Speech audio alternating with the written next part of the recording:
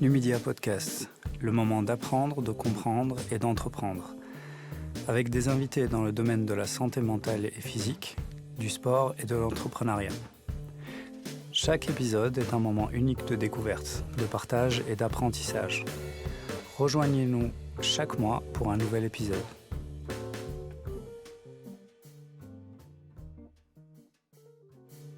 Anis, bienvenue. Salut Emine, comment vas-tu? Ça va bien et toi? Très bien. Bien, merci d'avoir accepté l'invitation aujourd'hui pour notre 5e podcast, si je ne me trompe pas. Pour ce 5e épisode, je me suis dit que c'était intéressant de parler d'autre chose que du sport, où on y viendra peut-être en sport, certainement. Mais ce qui m'intéresse aujourd'hui, ce serait plus de parler de choses qui concernent, on va dire, un spectre plus large, toucher des gens qui sont peut-être pas intéressés par le sport, mais qui sont intéressés par plus du développement personnel, plus de savoir des choses sur la vie en général, le travail, la famille. Voilà, c'est des sujets que j'aimerais bien... Voilà, exactement, l'entrepreneuriat. Et justement, concernant l'entrepreneuriat, c'est, on va dire, la raison principale pour laquelle je t'ai invité. Mais après, évidemment, comme je te connais, je sais qu'on va parler de plusieurs choses différentes. Aujourd'hui, toi, Anis, tu es à Transforma, c'est ça? C'est ça. Est-ce que tu peux nous parler un petit peu de Transforma, du projet, de où tu en es au jour d'aujourd'hui? Oui, Transforma Bruxelles, on l'appelait avant Transforma Bruxelles parce qu'on était concentré sur Bruxelles, maintenant on est aussi sur la Flandre, du coup on est juste Transforma. C'est mon principal projet pour l'instant, j'en ai lancé d'autres, je continue à en lancer de nouveaux à fur et à mesure. Transforma est on l'appelle Innovation Playground, c'est un terrain de jeu d'innovation, bon, c'est très, très large comme définition, mais c'est vraiment ça, c'est un espace physique, donc c'est un bâtiment, on a 2 bâtiments maintenant, un à Evere, un à Zaventem, dans lequel on peut travailler, donc avoir des bureaux privatifs du coworking, donc un centre d'affaires. On peut se rencontrer, meet, donc on a des salles de réunion créatives dans lesquelles on accueille surtout des entreprises et des ONG qui ne font pas partie de la communauté de Transforma, donc ceux qui viennent travailler tous les jours. Ça peut être Ikea, Toyota, Decathlon, Carrefour, des ONG comme Greenpeace, tout le microcosme européen, des partis politiques parfois. Donc vraiment de tous les spectres de l'activité économique qui viennent se rencontrer, faire des brainstorming, des journées d'équipe, des mises au vert, des ateliers autour de l'innovation, de la co-création, ainsi de suite. Donc on essaie de pousser des modes de travail créatifs et collaboratifs par rapport à ça. Troisième volet, c'est Make. Make, là, c'est vraiment création, créer. Donc on a un Fab Lab en partenariat avec la région de Bruxelles. On a un entrepôt partagé, du co-warehousing. On a un studio podcast, justement, un studio vidéo. Bientôt, il y aura une activité, c'est pas vraiment make, mais plus move, autour du well-being, avec une salle de fitness fonctionnelle et tout un programme d'accompagnement well-being. On a un projet de permaculture, plein de choses. Et de là vient justement l'aspect terrain de jeu. C'est que dans un terrain de jeu, on crée, on essaye de projets, on tente, on crée plein de projets qui finissent dans les cartons et certains cartonnent. Ouais. Ça, c'est pour ton short. Quatrième volet, c'est Innovate. Et donc là, c'est vraiment un bac dans lequel on lance plein de trucs. Donc c'est des ateliers autour de l'innovation, nouveaux modes, nouvelles façons de créer des business models, nouvelles façons de travailler. Ça peut être, on a développé un projet d'accélérateur, par exemple. Voilà. Vraiment un peu de tout. Et moi, à terme, quelque part, je le vois très bien évoluer vers un modèle de startup studio, dans lequel tu peux utiliser tout ce microcosme, la communauté des membres, les différents outils qu'on a, le bâtiment, la logistique derrière, et ainsi de suite, pour tenter, lancer des projets, essayer. Et comme un startup studio, tu lances, tu sèmes des graines, certaines poussent, certaines restent stagnent, et d'autres qui meurent, quoi. D'accord. Excellent. Moi, j'ai découvert Transforma à travers toi, puisque on s'est connus d'abord et puis j'ai connu ta boîte. Ce volet créatif, je le trouve extrêmement intéressant parce qu'il y a plein de coworking. Depuis des années, on voit les coworking pousser comme des champignons partout. Et j'ai jamais été vraiment attiré par les coworking, justement, parce que je trouvais que ça reflétait trop le corporate, qui ne me parle pas à moi, qui peut parler à d'autres personnes, mais qui ne me parle pas personnellement. Et je pense qu'en venant la première fois visiter Transforma, j'ai vu ce côté plutôt exploration, amusement, mais dans le bon sens. C'est-à-dire, on crée et on s'amuse à travers les créations pour développer des choses. Et justement, ce côté où on peut rencontrer d'autres entrepreneurs, d'autres startups, pouvoir échanger pour développer des choses, je trouve ça intéressant. Et ce qui m'intéresse, c'est le chemin que tu as eu pour arriver à Transforma et à créer Transforma. Tu as aussi d'autres sociétés dont on parlera si tu le souhaites tout à l'heure. Mais j'aimerais bien savoir un petit peu comment tu en es arrivé à faire un coworking et à ce type de coworking. Pourquoi ce genre-là, etc. En fait, moi, je suis né en Tunisie, j'ai grandi en Tunisie et j'étais impliqué dans une association d'étudiants qui s'appelle l'AESEC, qui échange des étudiants un peu partout dans le monde, dans laquelle j'étais impliqué pendant plusieurs années. Puis j'ai été travailler à travers l'AESEC dans différents pays. Je fais des expériences en Turquie, en Espagne, au Canada. Après l'expérience canadienne, c'était vraiment, maintenant, on est prêt, on va sauter dans le bain de la vie active réelle. Parce qu'avant, même si en fait c'était vraiment de vrais boulots avec la SEC et tout, mais tu avais un statut différent, tu savais que le projet était limité dans le temps et ainsi de suite. Et là, c'était parti. Et donc j'ai travaillé pas mal dans le corporate, j'ai travaillé dans des petites boîtes avant.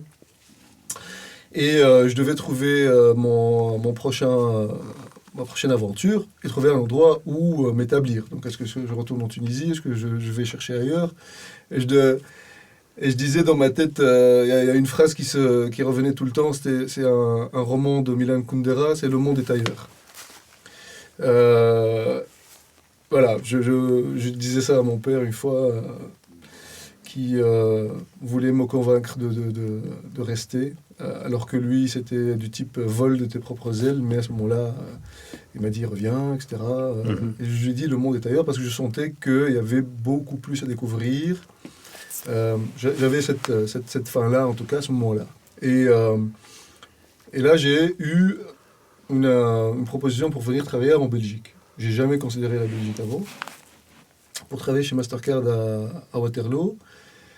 Et je me suis dit, alors, on va tester. Limite, je vais faire une pause de 2 ans. Entre-temps, j'avais un projet aussi de m'établir au Canada qui prenait 1 an ou 2 pour se mettre en place. Donc je dis, voilà, ça te donne un peu un buffer comme ça pour réfléchir. Je suis venu, j'ai travaillé dans vraiment une énorme corporate, donc Mastercard. Et j'étais pas bien en fait dans la masse, on va dire, dans cette culture corporate. J'ai pas vu de progression de carrière qui me convenait. J'arrivais pas à me visualiser dans 15 ans à faire exactement la même chose, ainsi de suite. Et après, le côté accomplissement, j'ai réalisé que l'accomplissement était vraiment une thématique qui m'était très très chère. Et en fait, c'est le fil rouge de tout ce que j'ai fait jusqu'à maintenant. Je l'ai réalisé plus tard. Et la vision de l'AESEC, donc quelque part ça m'a marqué à fond, c'est paix et accomplissement du potentiel humain. Accomplissement du potentiel humain, c'est une énorme phrase, mais en fait, on peut le réfléchir dans des termes macro, donc potentiel humain, c'est le potentiel de l'humanité, d'où la paix, mais aussi le côté individuel. C'est que on s'accomplit à travers sa personne, à travers son activité, à travers son travail, quelque part. Et moi, ça, c'est très important pour moi. Je dois aller travailler au boulot et sentir que je suis en train de faire quelque chose de valorisant pour moi, pour la société autour de moi, que ça vaille la peine, en fait, de dépenser cette énergie, ces calories, et de faire ce que tu fais. Je peux pas, moi, en tout cas, personnellement, je ne peux pas faire quelque chose qui n'ait pas d'impact. Voilà. Ça, c'est... Et donc, j'ai travaillé chez Mastercard pendant un petit moment. Après, j'ai travaillé dans une start-up parce que voilà, je voulais plus de dynamisme et ainsi de suite. Et à partir d'un certain moment, 2009, je me suis retrouvé sans activité pour plein de raisons. Je ne pense pas que ce soit très important d'y revenir. C'était la crise économique. Et j'avais, pour la première fois, des pieds de plan pour voyager. Donc je devais retourner au Canada, j'avais donc ma résidence, j'avais des opportunités. Je pensais à un certain moment complètement changer et me diriger vers l'enseignement, chose que j'ai jamais fait. Je me suis dit... j'étais vraiment à la recherche, à la croisée des chemins, à la recherche de moi-même en tant que personne. J'ai été fatigué de voyager, vivre dans des endroits différents, de rencontrer des gens, de les laisser, de les quitter. J'avais un blog à l'époque. Et c'est marrant parce que avant de quitter Toronto, j'avais trouvé un t-shirt dans une braderie où il y avait écrit Love them and leave them. Tu les aimes et tu les laisses, quoi, tu les quittes. Et je l'ai acheté et j'ai écrit un blog post Love them, leave them. Et là, ça a commencé à me peser. Du coup, je me suis dit, je vais rester un petit peu ici, tester une activité et voir où est-ce que ça va mener, quoi. J'avais besoin d'une pause. Et là, je me suis mis à mon compte, mais vraiment sans aucune... voilà, j'ai fait plein de choses dans ma vie, plein de choses, tout est relatif à l'époque, mais j'avais quand même pas mal d'expérience, en organisation d'événements, réalisation de conférences, marketing, communication, ainsi de suite. Ça, c'était un peu ma spécialité, mes spécialités. Et en plus, avec la dernière expérience dans la start-up, je me suis essayé à l'intrapreneuriat sans vraiment savoir ce que c'était. Donc, lancer des projets pour la boîte dans laquelle on bosse, comme si on était entrepreneur, mais on était employé quelque part. Donc, j'ai fait ça aussi. Et donc, je me suis lancé à mon compte sans parachute, je dis. Parce qu'en fait, quand on se lance en tant que freelance, la plupart des gens ont déjà, on va dire, une liste de clients qui sont généralement leur ancien employeur, qui se transforment en clients. Et moi, j'avais pas de visibilité sur ce que j'allais faire. Et donc, j'ai commencé à chercher des projets. J'ai trouvé quelques projets dans l'événementiel. Et j'ai fini par rencontrer une communauté qui s'appelait le Hub Brussels à l'époque.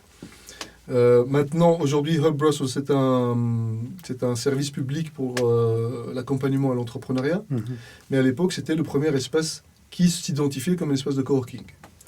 C'était une amie qui était cofondatrice. Elle m'a dit, je lui ai dit, voilà, je suis un peu nulle part, je me cherche, je ne sais pas qu'est-ce que je vais faire et tout ça. Elle m'a dit, viens au Hub. Viens passer un peu de temps, tu vas rencontrer d'autres personnes, des entrepreneurs, des consultants, des freelances et tout ça, ça va te faire du bien. Et donc j'ai été là, c'était une coopérative, je suis devenu coopérant, juste un titre, et j'ai fini en fait par travailler avec le Hub en tant que freelance, de consultant, pour développer leurs propositions de valeur autour des idées. Je m'appelais Ideas Manager, ça faisait rire mes amis. Comme quoi je gérais les idées des gens. Mais en fait, c'était toutes les thématiques nouvelles, intéressantes, ainsi de suite. J'organisais des conférences autour, des workshops. Et aussi, je gérais l'offre d'accueil de conférences et de meetings du Hub. Et là, c'était ma première interaction avec le coworking. Voilà. Et dans cette communauté-là, j'ai rencontré plein de gens. Et à l'époque, donc à Bruxelles, il y avait quand même une génération un peu qui est aujourd'hui quarantenaire, presque certains sont presque cinquantenaires, qui était dans cette dynamique. Twitter, à ce moment-là, commençait à devenir un phénomène, le phénomène web, les blogs, et ainsi de suite. L'entrepreneuriat, on parlait à l'époque de comme quoi on allait tous devenir entrepreneurs, que voilà, toute cette mouvance autour des nouveaux modes d'entreprendre et de nouveaux modes de travailler.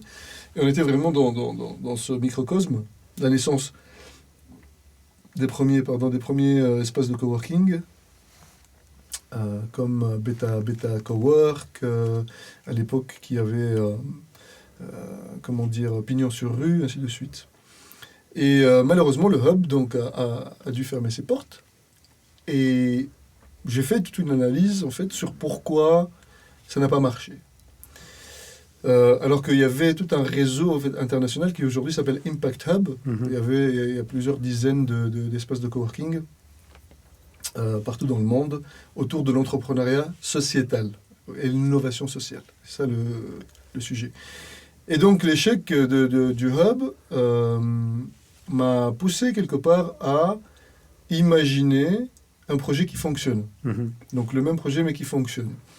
Et avec mon acolyte de l'époque, Jean-Yves Vuard, que j'ai rencontré au hub et avec lequel j'organisais des conférences sur le coworking partout dans le monde. Il a une conférence qui s'appelle Coworking Europe que j'ai rejoint. Et on a lancé une série de conférences sur l'entrepreneuriat. Et on a lancé donc cette série de conférences et d'ateliers qu'on appelait Entrepreneurship Conference. On en a organisé plein partout dans le monde. Et puis ça a évolué vers une autre entreprise avec un partenaire en Hollande. Et ça a grandi et ça existe toujours sous le nom de Innovators. Et c'est comment développer l'innovation corporate selon ces nouvelles façons de travailler à la start-up. Donc comme le lean startup, le bootstrapping. À l'époque, il y avait les hackathons qui sont devenus à la mode, et ainsi de suite. Et donc, avec lui, on s'est dit, on va lancer un espace de coworking pour ne pas laisser cette communauté orpheline. Sauf que on n'avait pas, on va dire, les fonds nécessaires. Et donc, on a travaillé sur le projet de façon théorique. Et après, on a trouvé un espace dans moi je l'appelle le ghetto européen, donc il y a un espace vraiment qui existe où il y a tout le microcosme qui tourne autour des institutions européennes. Et on a eu une offre de la part des propriétaires. Et après, ils l'ont retiré parce que justement, on n'avait pas de fonds, on va dire, d'investissement pour backer quelque part cet engagement qu'on allait prendre sur 9 ans, sur 1500 mètres carrés, et ainsi de suite. Et donc, le projet s'est un peu éteint à ce moment-là. Et Jean-Yves a fini par il a eu l'opportunité de lancer un espace de coworking à Namur. Et donc, je me suis retrouvé seul avec cette idée naissante. Et là, je me suis dit, mais en fait, pourquoi est-ce que tu ne lancerais pas un prototype avec les moyens que tu as, ainsi de suite. Et donc, j'ai contacté une boîte qui gère des espaces d'événements, enfin des espaces donc qui sont entre deux, qui sont en changement de propriétaire, ou bien qui on doit les rénover ou parfois juste les démolir, et qui louaient ces espaces donc en baux précaires. Et donc j'ai présenté un peu ce que je voulais faire, la zone qui m'intéressait, ainsi de suite. Et j'attendais, pas de réaction, Et puis un jour, il m'appelle, il me dit c'est pas exactement ce que tu cherches, pas dans la zone que tu cherches, mais ça pourrait être intéressant pour toi, viens voir. Et donc c'était à Watermal, c'était l'ancien tennis club de Solvay, qui s'appelait Solvay Sport. Et c'était un parc de 5 hectares, avec une chouette rotande de style 58, très très très très bel endroit. Et ils se désinvestissaient de cette propriété. Ils étaient pour parler avec Aspria. Et Aspria donc a toujours ce projet-là aujourd'hui de transformer ce parc dans un centre sportif et spa et hôtel comme la Rasante a voulu. Et donc on a finalisé ce deal et on a commencé Transforma comme prototype dans cet ancien club de tennis.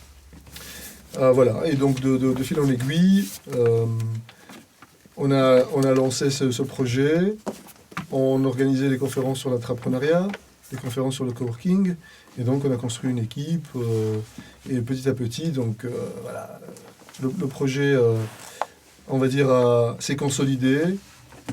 On a trouvé un deuxième espace, donc plus pérenne, dans lequel on pouvait justement lancer tous les autres projets sur le côté, et solidifier ce projet. Donc ça fait 9 ans, c'est l'âge de mon fils, parce que ça j'oublierai pas la date ou l'âge de Transforma, parce qu'en mars 2014, mon fils est né, et en mars 2014, on a ouvert Transforma au public. Donc c'était sportif.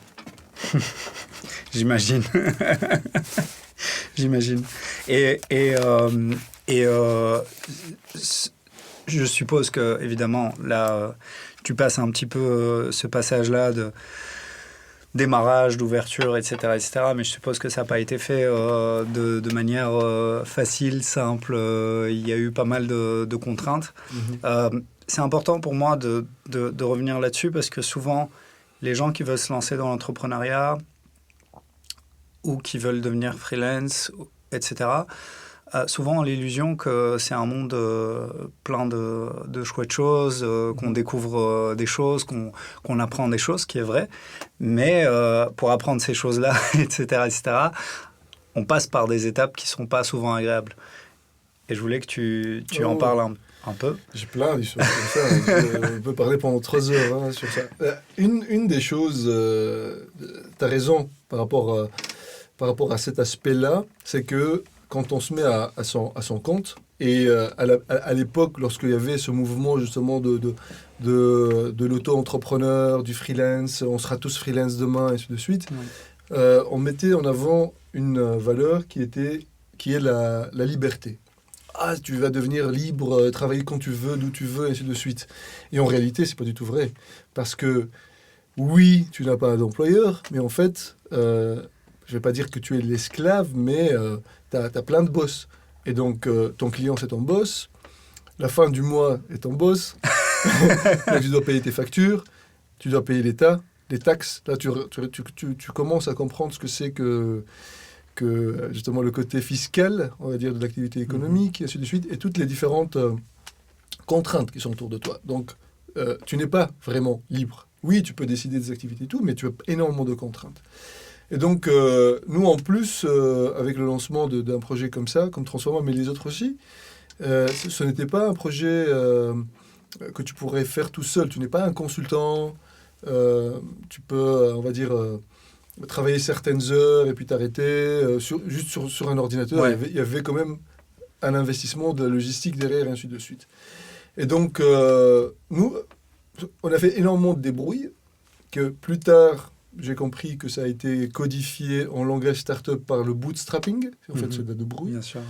Et le lean startup, on a fait ça, franchement, sans connaître le concept ou lire le livre. C'est un livre qui a été écrit par...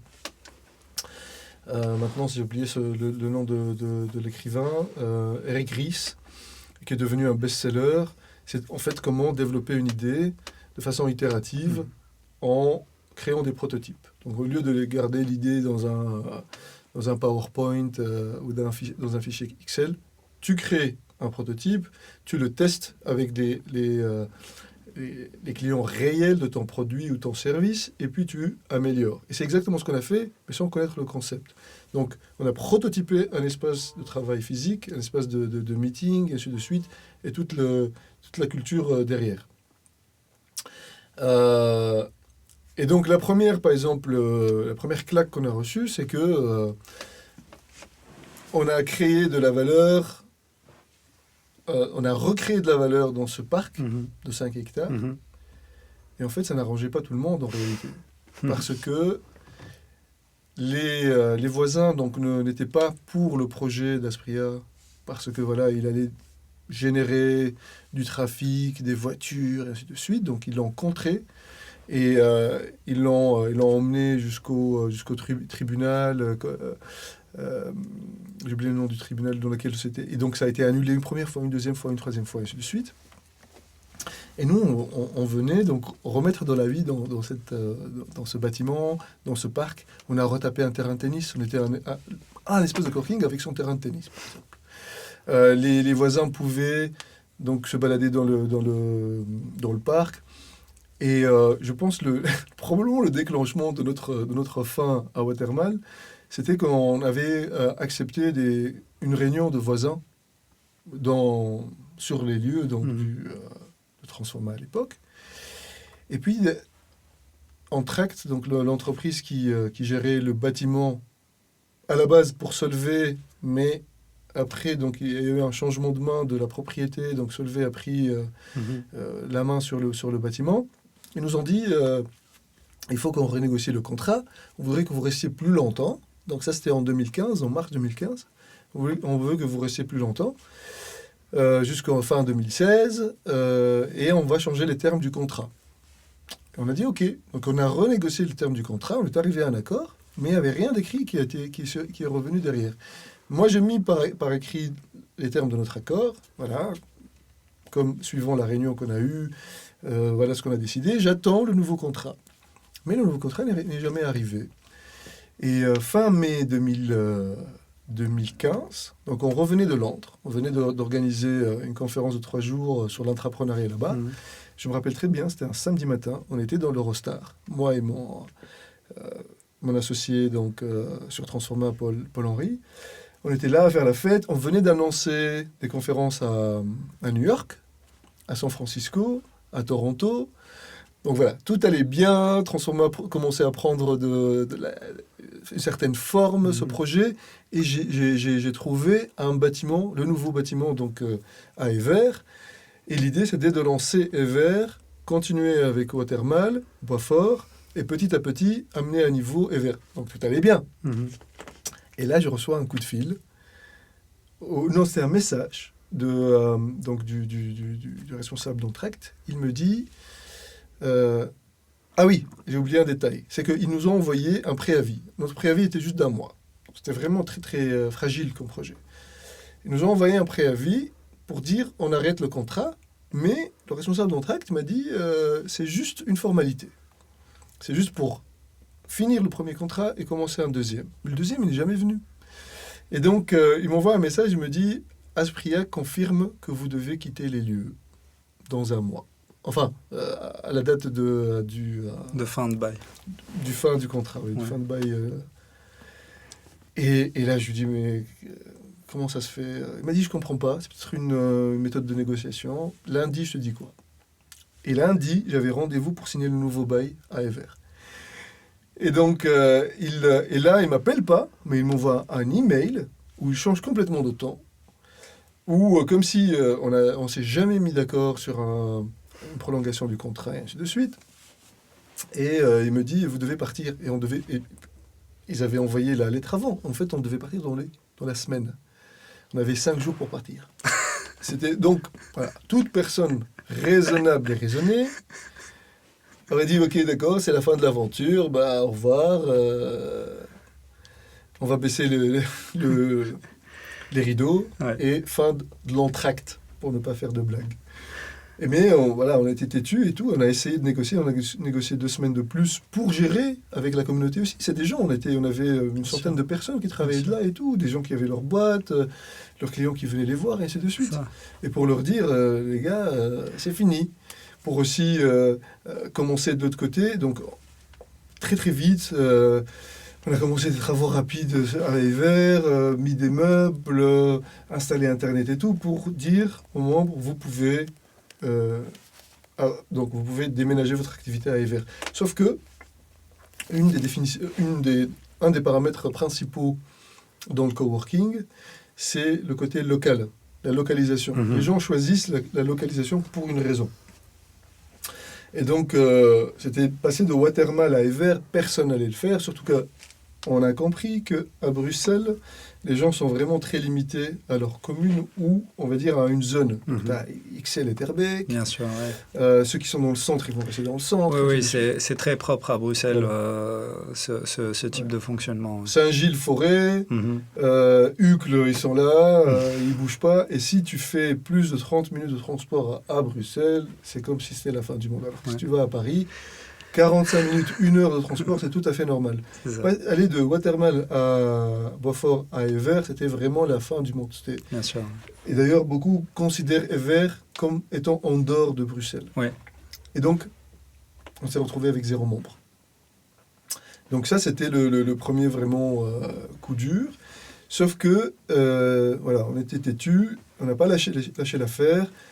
On a réussi à créer, on va dire, une crédibilité avec notre banque. J'ai ramené le responsable donc, de notre compte sur les lieux et je lui ai dit, voilà, c'était un bâtiment qui ressemblait à rien,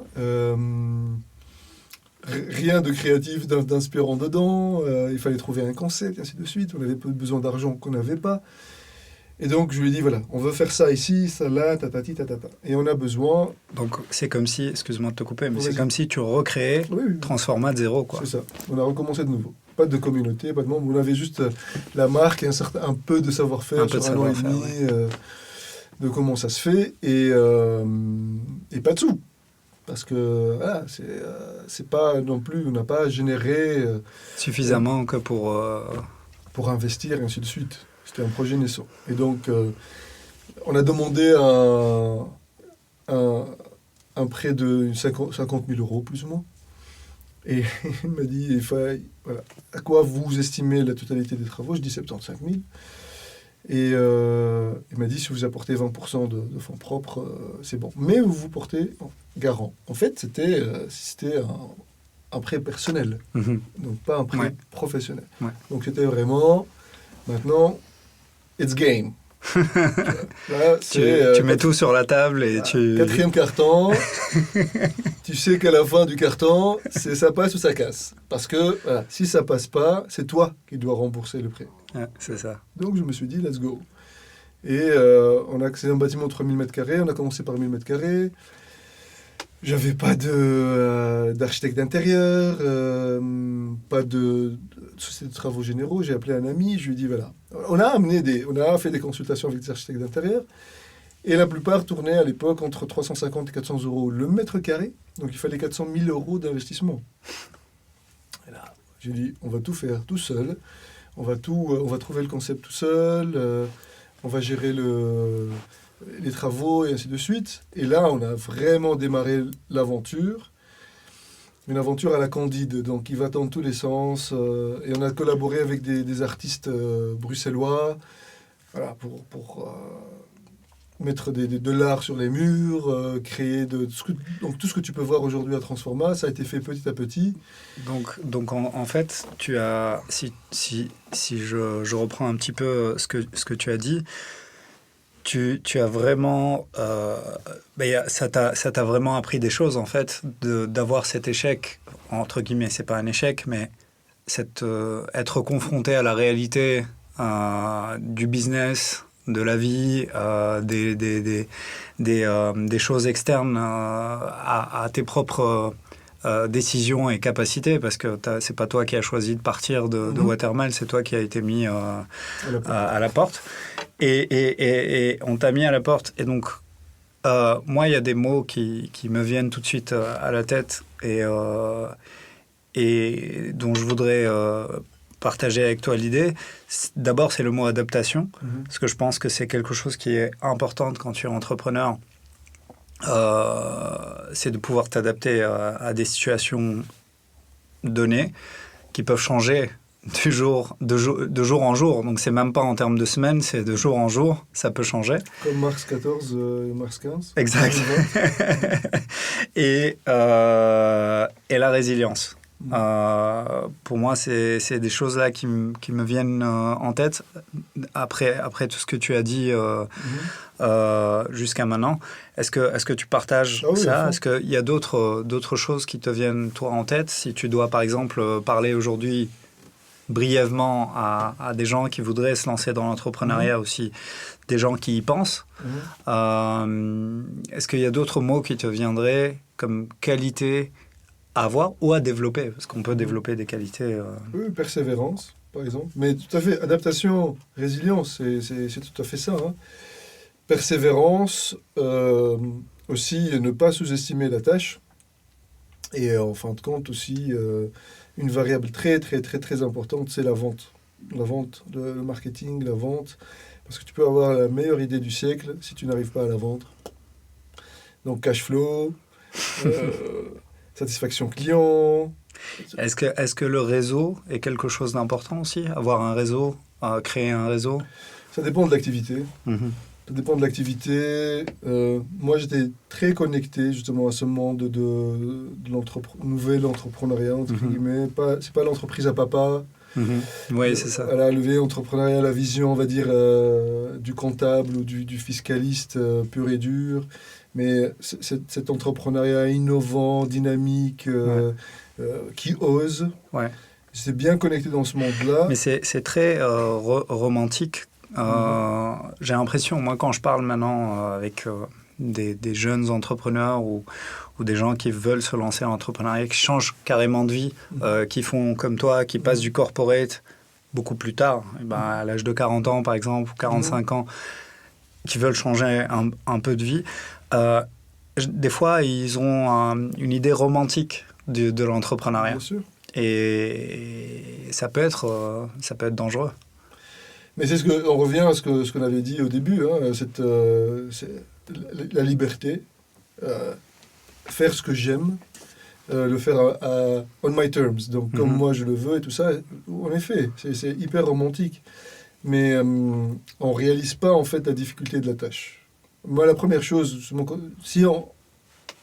parfois il y a surtout au début, plein de projets. Le coworking est devenu comme le nouveau café.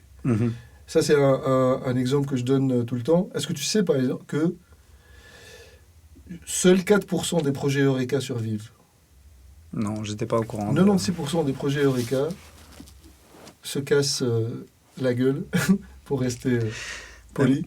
Moi, je le constate à Bruxelles, parce que c'est là où je vis, mais je constate souvent que dans certains coins dans lesquels je passe régulièrement, d'année en année, il y a des nouveaux espaces d'Eureka qui ouvrent et qui ferment. Ouvre, ferme. Et Et je trouve ça curieux parce que si moi je voulais démarrer un projet d'Eureka dans un espace où il y a eu déjà plusieurs fermetures, j'essaierai de prendre contact avec les gens qui ont été sur place avant et leur poser des questions sur le pourquoi ils ont fermé et quelles sont les raisons pour ne pas répéter le même type d'erreur. Mais une des raisons pour laquelle les espaces d'Eureka n'ouvrent pas, parce que c'est un métier très très dur et que les gens sous-estiment.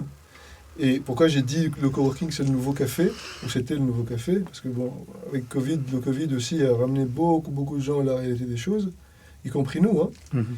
On va en parler après d'ailleurs du Covid, ça m'intéresse. C'est que on ne réalise pas la complexité de la chose, la complexité aussi de faire vivre un projet pareil, ou la complexité d'entreprendre en général. Mais encore une fois, c'est différent.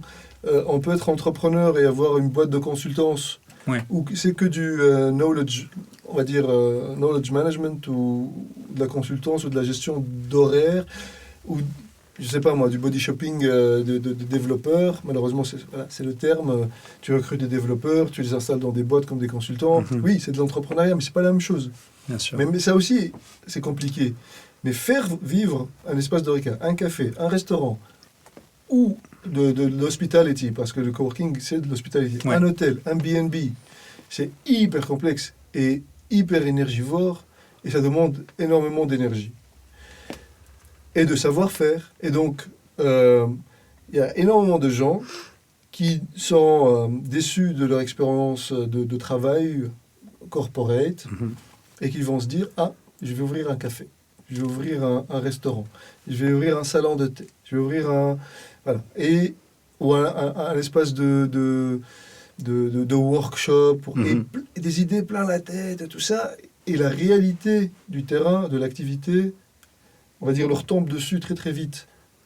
Des termes comme le cash flow, Combien de temps tu as prévu de survivre sans avoir les revenus que tu estimais? Quel est le niveau d'activité que tu dois avoir pour survivre? Est-ce que tu vas te payer un salaire? Combien d'heures de travail tu vas faire? Tu vas te lever à 5 heures du matin et fermer à minuit tous les jours, tu vois, jusqu'à ce que tu puisses être capable d'engager quelqu'un. Et très souvent, tu ne réalises pas assez de chiffre d'affaires pour pouvoir engager. Est-ce que tu connais les lois du travail, quelque part? Et combien ça coûte d'engager quelqu'un, et ainsi de suite. Tous ces éléments-là font que 96% des projets Eureka mais ça, c'est pas ne romantique. réussissent pas. Ça, c'est pas romantique. Ben oui. Ça, c'est le côté fonctionnalité et réalité de la vie. Et je pense que des fois, les gens préfèrent le côté romantique et préfèrent voir ce côté-là, justement. Tu sais, c'est comme un peu une relation avec quand tu rencontres quelqu'un au début. Dans ta tête, c'est très romantique. Tout va bien, tout se passe bien. Mais la réalité de la vie, c'est pas ça. Et donc, quand tu commences à faire des projets avec cette personne, quand tu commences à vivre avec cette personne, quand tu réalises des choses. Et dans le monde de l'entrepreneuriat, c'est un peu ça. C'est qu'on rend les choses un peu romantiques au début. Tout est beau, tout est magnifique. Et ça, je ne parle même pas de si on est associé ou pas, parce que c'est encore une autre histoire. Oui, en effet. Et c'est un bon parallèle avec les relations romantiques, surtout quand tu commences à vouloir, par exemple, fonder une famille. Parce que bon, tu peux avoir une copine, un copain, sortir, faire la fête, le matin... limite, tu prends tes affaires, tu te barres, ou tu vas courir et tu reviens, et puis un peu de make-up sex, comme on dit, et voilà, ça marche. Mais quand tu commences à faire une famille, à investir ensemble, à avoir des enfants, là tu te rends compte que ton partenaire, c'est ton amant ou ta maîtresse, c'est ton ami, c'est ton business partner, ah tu oui, vois, bien vous sûr. avez investi ensemble. C'est la personne que tu vas voir tous les jours le matin, tous les jours le soir, qu'il n'y a pas d'échappatoire, entre guillemets. Tu ne peux pas rentrer chez toi, parce que là, c'est chez toi. Vous êtes tous les deux ensemble, et ainsi de suite. Et tu vas voir cette relation multifacette qui est compliquée. Et c'est exactement la même chose, en fait, avec ton actionnaire ou ton associé. C'est aussi la même chose par rapport à ton projet, qui devient un bébé, quelque part. Ouais. Et là aussi, tu dois laisser le bébé grandir à son rythme, mais en même temps l'accompagner. C'est hyper complexe. Je ne dis pas qu'il ne faut pas le faire, mais il faut savoir à quoi on s'engage, en fait. Bien sûr. Et d'un côté, on dit que ceux qui réussissent le mieux, c'est justement les quarantenaires. Mais en même temps, quand tu es jeune, quand tu as 20 ans, que tu sors de l'université, par exemple, que tu n'auras pas fait d'études, on s'en fout, tu peux prendre beaucoup plus de risques parce que tu coûtes moins à toi-même tous les mois. Tu peux vivre chez tes parents si tes parents sont dans le même lieu physique. Moi, par exemple... Tu peux même dormir dans ta voiture. Voilà, si tu veux, tu n'as pas de bouche à nourrir, tu peux manger moins s'il faut, tu peux sortir moins, et ainsi de suite, et tu peux rester X nombre de mois, par exemple, sans salaire ou avec un salaire minimum. Mais quand tu commences à avoir des bouches à nourrir, un prêt à payer, et ainsi de suite, là, tu peux moins faire le malin, quelque part. Et donc, tous les mois sont comptés, quelque part. Est-ce que tu penses, pour faire ce parallèle justement, qu'il est important de bien choisir un partenaire de vie quand on veut être entrepreneur? Est-ce que le choix de partenaire peut influencer la réussite d'une entreprise? À 100%. Okay. Comme dans un couple. You have to be two to tango. Donc voilà, tu peux danser tout seul, mais sache que tu vas pas aller loin tout seul. Si tu veux, il y a un dicton qui dit si on veut aller vite, on part tout seul. Si on veut aller loin, on part à plusieurs. Et c'est ça, en fait, vraiment la clé, c'est que un projet entrepreneurial peut être très complexe, ou la plupart des projets entrepreneuriaux sont très complexes, que s'ils sont gérés à plusieurs, ça devient plus facile. Mais ça apporte son lot de complexité et de contraintes. Il faut gérer les personnalités, il faut gérer les énergies. Ça, c'est une variable qui est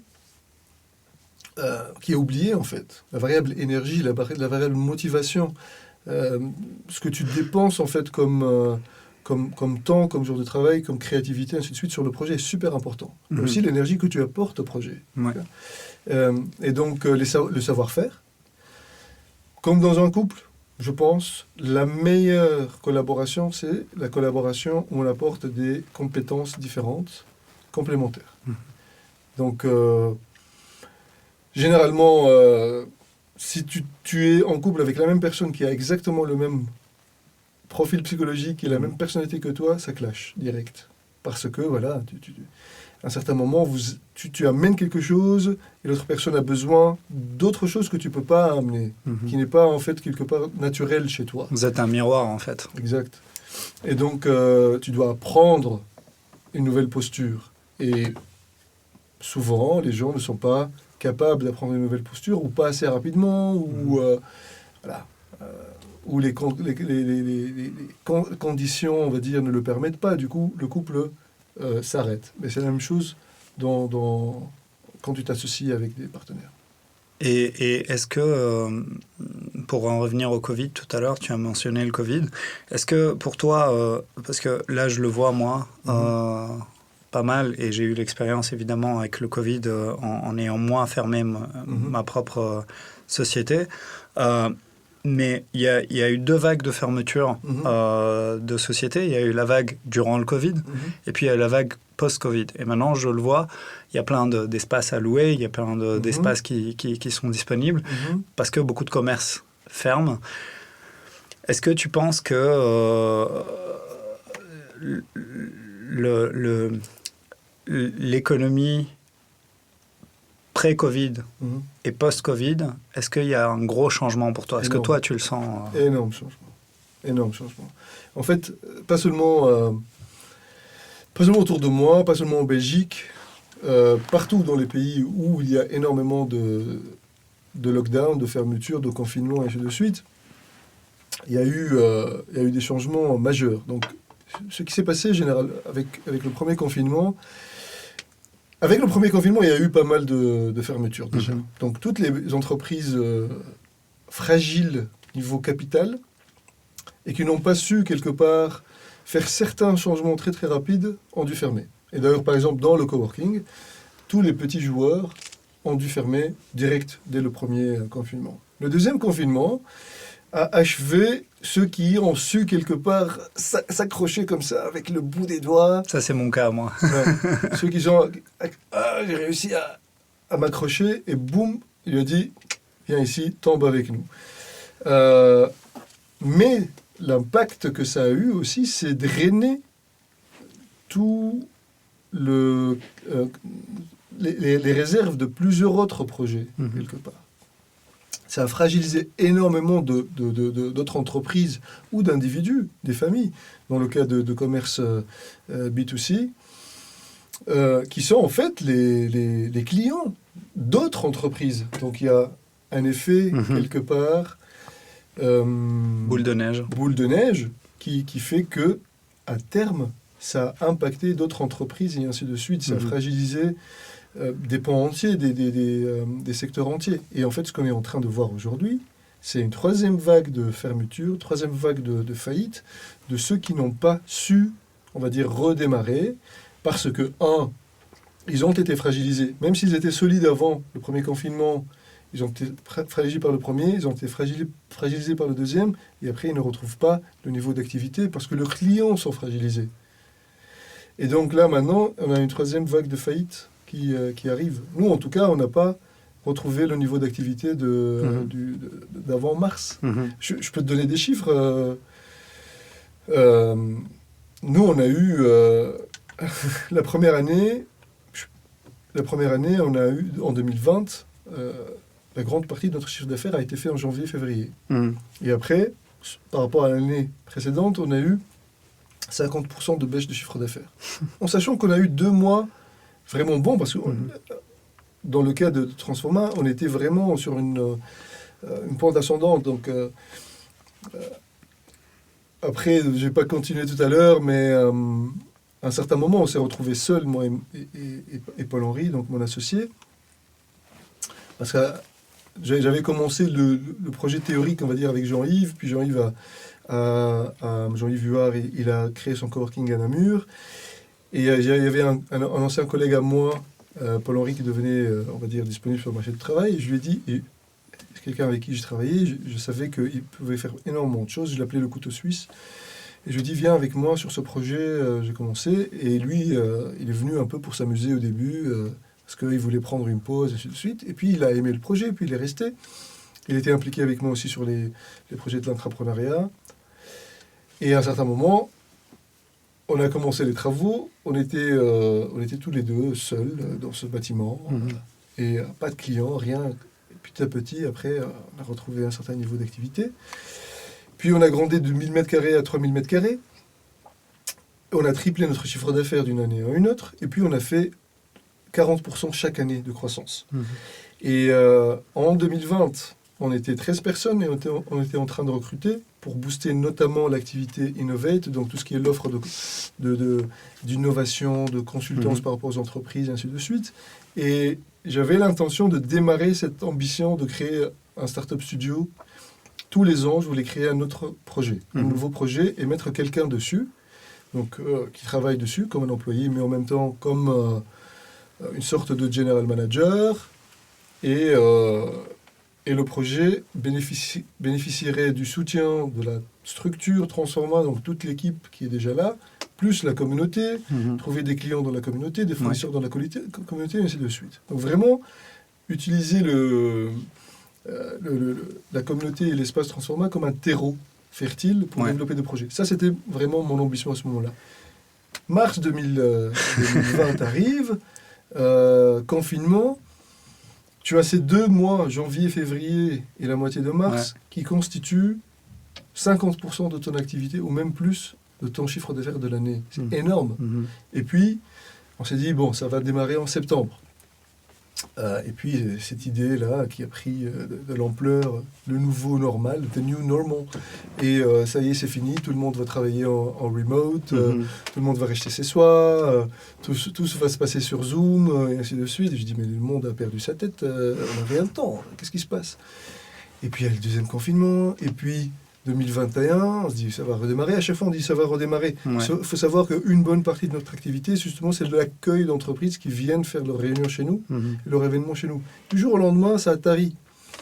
Et donc, voilà. Après, pour faire une comparaison, avant le Covid, on refusait des groupes. On était booké sur booké. On a dû mettre une politique en place pour limiter le nombre de salles qu'on pouvait mettre à disposition. Pour justement laisser pour les membres de la communauté aussi. On était en high demand, on va dire. On pouvait avoir 4 boîtes en dehors de la communauté qui venaient justement organiser des événements chez nous en un seul jour. Et maintenant on se retrouve à faire de la promotion, de la communication, des actions et tout ça, alors qu'avant, on ne devait pas faire ça. On était connus sans devoir dépenser un cent en termes de marketing. Mais à nouveau, morale de l'histoire, on revient sur les mots qu'on a utilisés tout à l'heure, l'adaptation, la résilience, tout ça. Tout le monde n'a pas, on va dire, avait pas le potentiel de tenir comme vous avez tenu et peut-être voilà mais je pense que clairement on repense un peu le monde post-Covid. Souvent on disait il y a l'avant en septembre, l'après en septembre. Non, il y a l'avant-Covid, l'après-Covid. Malheureusement, on doit écourter la conversation parce que on arrive un petit peu à la limite du temps qu'on a imposé pour notre podcast. Éventuellement, j'aimerais bien te réinviter pour parler un peu plus parce que je pense qu'on a plein de sujets sur lesquels on pourrait discuter et qui seraient utiles pour les auditeurs et même pour moi, parce que moi, j'ai créé ce podcast au départ pour moi, de manière égoïste. Donc, pour apprendre, pour rencontrer des gens, pour échanger aussi. Donc, c'est vraiment génial, en tout cas. Toute cette, j'espère que les gens vont pouvoir se nourrir un petit peu de ce court moment qui est 1 heure. C'est court et long en même temps. Souvent, les gens me disent ouais, mais c'est long, 1 heure, on peut pas tout écouter d'un coup, etc., etc. Et des fois, les gens disent ouais, 1 heure, on entend qu'il n'y a pas, il y a pas eu suffisamment de temps pour tout explorer. Mais c'est bien aussi parce que ça permet aux invités de pouvoir revenir, de pouvoir vivre l'expérience aussi d'un podcast que toi, tu as déjà vécu puisque tu as un podcast. Oui. Donc, le podcast, on peut le retrouver sur la page Instagram et sur Spotify aussi. De Transforma. C'est ça, de Transforma. Il est sur plein de plateformes. D'accord. Moi, je mets toujours en avant Spotify parce que c'est plus facile. Oui. Mais on est, si tu fais Meet the Transformers, ça c'est le nom du podcast, où on présente justement les membres de la communauté, les entrepreneurs, les porteurs de projets, leur histoire, et ainsi de suite. Tu le trouves partout. Super. Meet the Transformers. Super. Ouais. Meet the Transformers. Et alors, si on veut retrouver Transforma, c'est Transforma Ever, Transforma Zaventem, c'est ça? Donc, notre site web, c'est transformabxl.be. Et là, on peut trouver toute l'offre dont j'ai parlé. Top. Ou bien sur Google Maps, vous faites Transforma Ever, Transforma Zaventem. Génial. C'est super. Trouvable facilement. Mais ce que je voulais dire, c'est que Dis-moi. ton besoin égoïste, c'est le meilleur, on va dire, driver pour justement lancer des projets. Parce que tu sens le pain quelque part et tu sais de quoi tu as besoin. Et donc, tu peux trouver le gain for the pain. Tu vois. C'est vrai, c'est exactement ça. Et donc, c'est ça. C'est pas quelque chose de théorique qui vient. Non, tu as senti vraiment le besoin et tu sais de quoi tu es capable. Et donc, toi-même, tu es ton propre consommateur. C'est ça, exactement. Ça doit me plaire à moi d'abord. Exactement. Avant de... Voilà. Toujours... 2 questions à la fin du podcast, toujours que je pose aux guests, aux invités. La première question, c'est quel est ton mantra? Est-ce que tu as un mantra? Est-ce que tu as quelque chose qui te parle, que tu te dis régulièrement?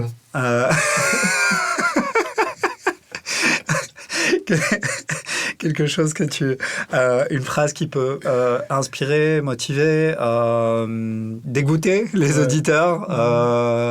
Voilà. Si vous... Tu as vu ça Transforma, c'est qu'on a plein de slogans, mais vraiment des choses dans lesquelles on croit, pas le truc que tu peux acheter sur Internet, que tu peux mettre et tout ça. C'est ça.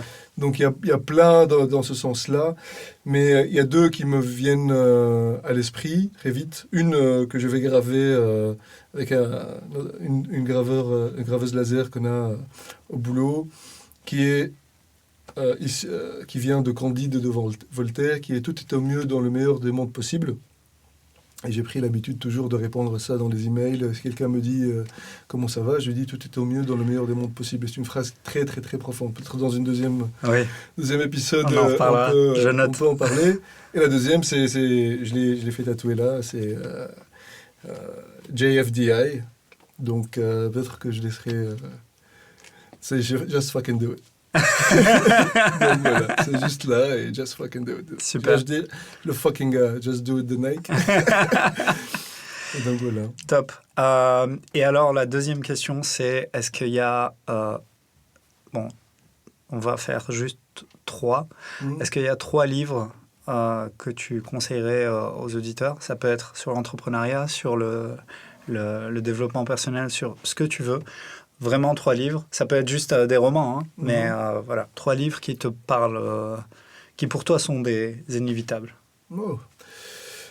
Je pense que il y a de Voltaire, il y a Zadig et Candide dans ces 2 livres, mais je pense que moi, en tout cas, je les conseillerais à mes enfants, par exemple, de lire, sur justement, un sur la destinée et l'autre sur ce que ça veut dire en fait d'être heureux quelque part. Donc qu'est-ce que ça fait, qu'est-ce qui fait la vie, hein, donc je pense que c'est deux romans très très intéressants, très très profonds, pas très lents, courts. Donc je les mettrais comme 1 quelque part. Après tu aurais dû me dire ça avant, comme ça je J'aurais pu quelque y chose qui te penser. vient comme ça. C'est pas très grave si tu oublies quelque chose, mais vraiment ça peut être des choses récentes, comme ça peut être des... Il y a, je mettrais aussi, pour comprendre le monde d'aujourd'hui, et ce qui se passe, donc, parce qu'on est dans une période charnière avec énormément de changements, je pense qu'il faut lire la trilogie de Harari, Yuval Noah Harari, donc Sapiens, Homo Deus surtout, et 21 Lessons for the 21st Century, pas pour prendre ce qu'il dit comme le boire comme de l'eau bénite, mais vraiment pour y réfléchir et aussi le lire de manière critique, surtout le dernier, 21 Lessons for the 21st Century, qui est amené comme plus un livre de preaching, on va dire book, plutôt que les deux autres qui sont plus explorateurs. Donc ça, c'est, on va dire, ensemble. Un troisième tome. Qu'est-ce que je pourrais, à quoi je pourrais penser? Peut-être, alors, il y a Breathe, Super. qui est très intéressant pour justement comprendre le pouvoir de la respiration et comprendre que la plupart du temps, on ne respire pas comme il faut. Donc voilà, ça c'est Parfait. un des derniers que j'ai lu qui est très intéressant. Très bien, très bien. Merci beaucoup encore Anis. On se retrouvera certainement pour un autre épisode. Je pense qu'on a pas mal compris certaines choses, appris.